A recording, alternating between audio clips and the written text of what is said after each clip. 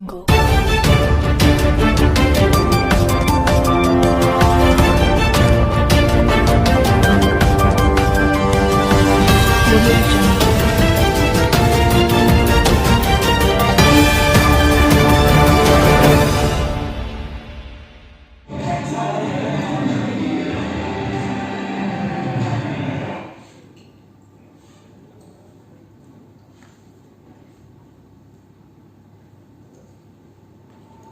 लोग सच में डरे हुए हैं। आप कश्मीर के मुद्दे को भड़काएंगे और देश के टुकड़े टुकड़े हो जाएंगे।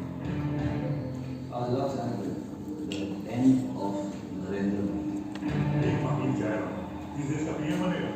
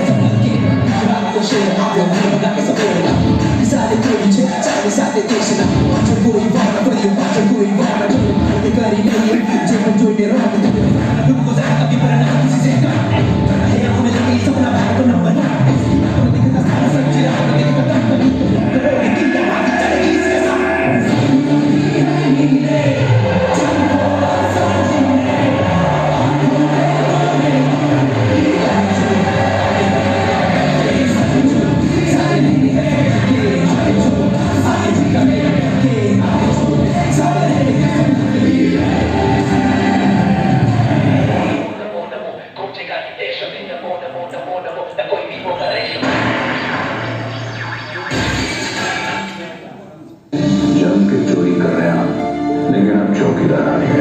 मैं गुजरात में ही धंधा होने दूंगा। गुजरात का धंधा नहीं, my Gujarat is not for sale.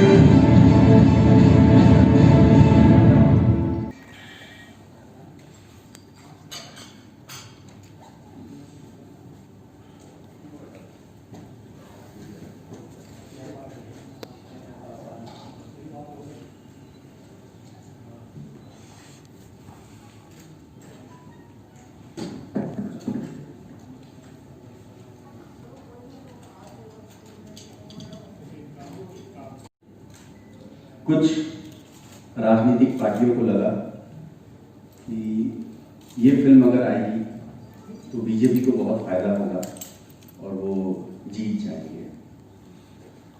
तो फिर जब हम सुप्रीम कोर्ट और आचार संहिता की वजह से हमारी फिल्म पुश हो गई और हमने इस फिल्म को फिर इलेक्शन के बाद आचार संहिता जब खत्म हो गई उसके बाद हमने इस फिल्म को रिलीज किया। रिलीज के वक्त जब शपथ ग्रहण होने वाला था उसके पहले ही हमने ये फिल्म रिलीज कर दी थी, क्योंकि किसी ने कहा कि हमें बीजेपी ने कहा ये फिल्म बना, किसी ने कहा कि हमको किसी बड़े नेता ने कहा ये फिल्म बनाने के लिए, लेकिन वो ये भूल गए कि मैं एज एन इंडिविजुअल एक ऐसा प्रोड्यूसर हूँ जिसने मैक्सिमम बायोपिक इस कंट्री को दिया है, चाहे वो मैरी कॉम हो, चाहे वो अलीगढ़ हो, चाहे वो सरबजीत हो। भूमि भी जब मैं बनारस गया था तो एक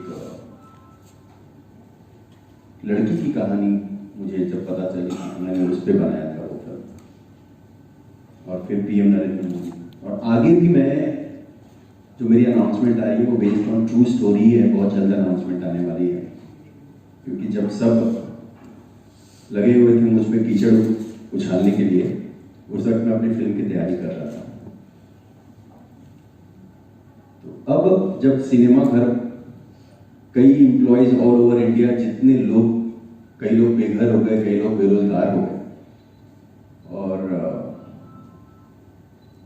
बहुत कम सैलरीज के लोग होते हैं, तो जब फाइनली हमारी गवर्नमेंट ने कहा कि ऑल ओवर इंडिया थिएटर्स खुल सकते हैं और फिर भी कुछ जो हमारे मुख्यमंत्री हैं उन लोगों पर भी निश्चय लेने का एक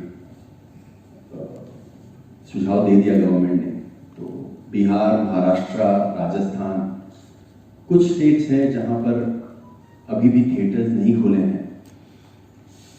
जो गवर्नमेंट ही जानती है, स्टेट गवर्नमेंट ही जानती है कि क्या सोचकर वो ये निर्णय ले रहे हैं। जनता के हित में ही वो निर्णय होगा। तो अभी जहाँ जहाँ थिएटर्स खुल रहे हैं वहाँ हम, अगर आप देखेंगे तो यशराज ने फिल्में, तानाजी, खाली पीली, हर प्रोडक्शन हाउस ने सपोर्ट में, थिएटर्स के सपोर्ट में अपनी फिल्मों को रिलीज करने का निर्णय लिया है और कई फिल्में रिलीज हो रही हैं। हाँ, हम पहले थे जिन्होंने अनाउंस किया कि हम थिएटर्स में हमारी फिल्म रिलीज कर रहे हैं और अब बाकी भी फिल्में रिलीज हो रही, तो बहुत खुशी की बात है, ताकि हम लोगों को प्रोत्साहित कर सकें, लोगों को जागरूक कर सकें कि वो सिनेमा घर में बिना झिझक, बिना डर अपने फैमिली के साथ आएं और देखें।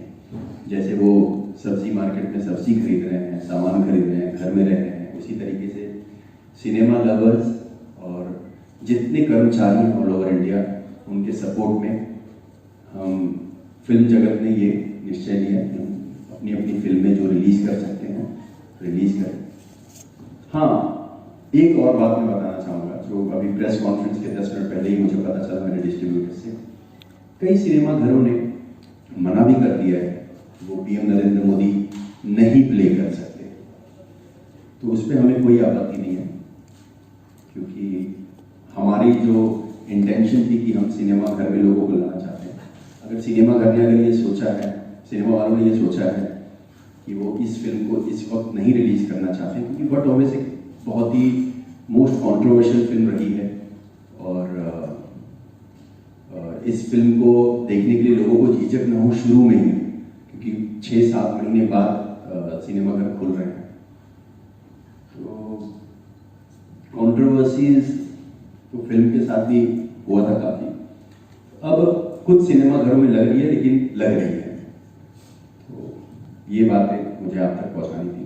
Thank you so much. अब आप अपना सवाल मुझसे और आचार्य मनीष से पूछ सकते हैं। संदीप जी, कुछ मूवीज में वो टैक्स माफ होता है, इस मूवी में तो होगी कि नहीं? मेरे हिसाब से सिनेमा घर सर ऑलरेडी डिसाइड कर चुकी है कि वो बहुत ही कम टिकट में रखेगी, एज इट इज 50% है, तो अगर 100 सीट भी है एक सिनेमा घर में, तो वो 50 लोग ही आ सकते हैं, और वो 50 लोगों के लिए भी बहुत कम प्राइस रखा गया है। जैसे प्राइसिंग अभी तक तय नहीं हुई है, क्योंकि कल फ्राइडे है, मेरे हिसाब से आज की अनुमति दी है सरकार ने, पर सिनेमा घर लोग कल से एक्चुअली एक्टिव हो जाएंगे, तो pricing is not an issue, और गवर्नमेंट वो डिसाइड कर देगी वो टैक्स कम करेंगे या नहीं करेंगे, पर गवर्नमेंट जो चाहेगी वो हम सबको करना ही है, चाहे आप हो या मैं हूँ या सिनेमा घर वाले। आपका लक्ष्य क्या है? जब कमर्शियल पैसा वहाँ से आ जाए कि स्टेज पे जब इलेक्शन वगैरह हो रहे हैं, तो उस टाइम आपकी मूवी डाल दें?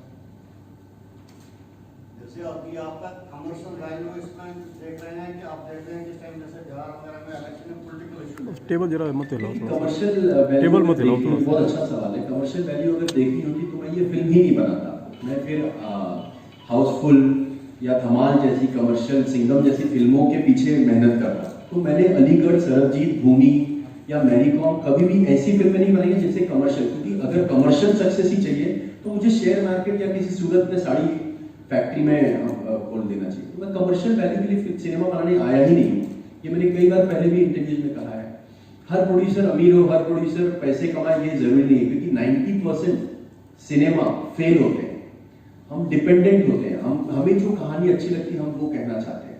तो मेरी सोच है कि मैं बायोपिक बनाऊं, मैं सच्ची कहानियों पे फिल्म बनाऊं। अलीगढ़ से मुझे क्या प्रॉफिट होगा अगर मैं डिसाइड करूंगा, आप बताइए।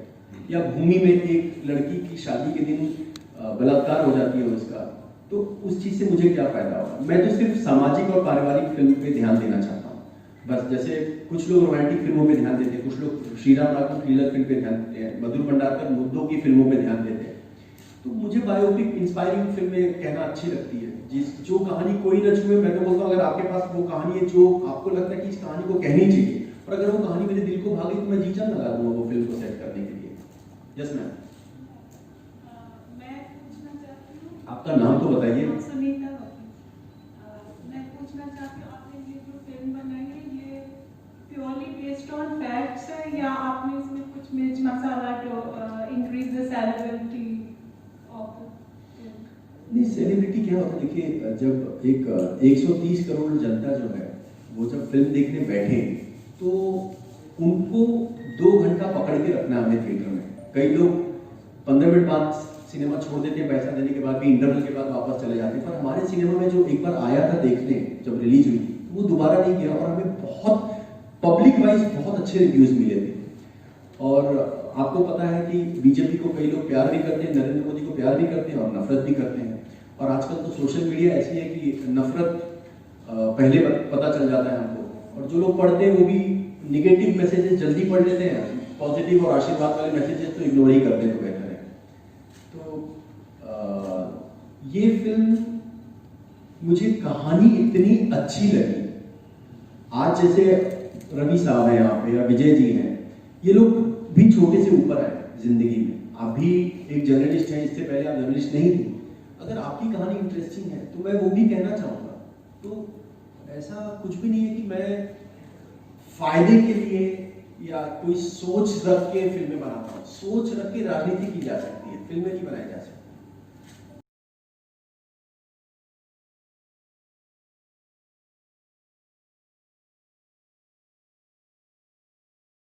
और रही बात संदीप जी क्यों टीवी पे और लाइमलाइट में रहते हैं, वो चैनल वालों को ज्यादा पता है।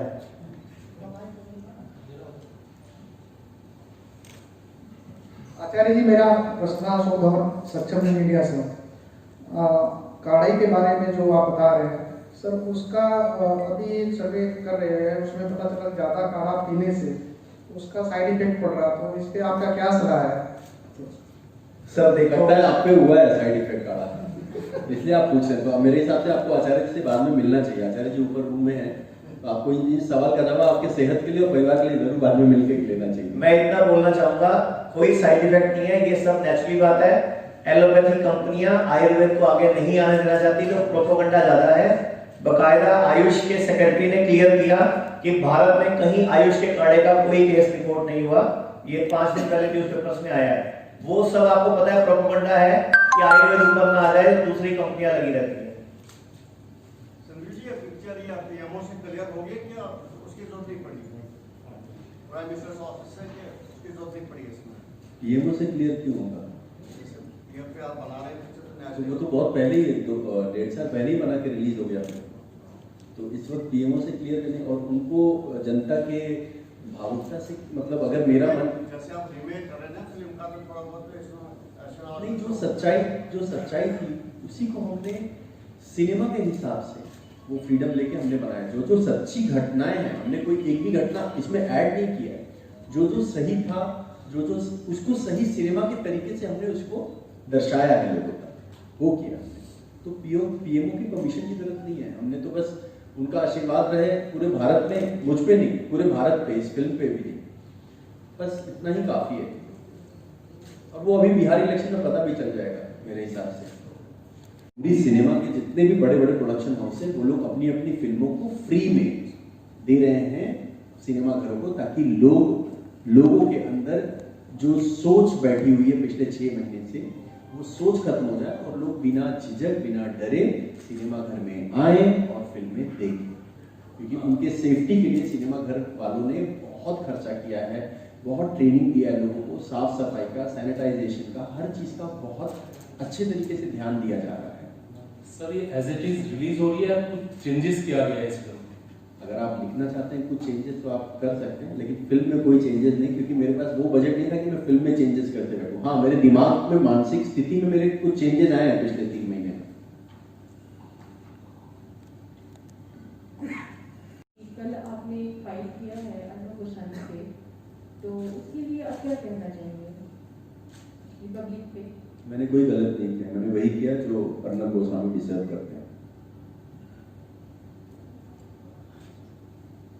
धन्यवाद।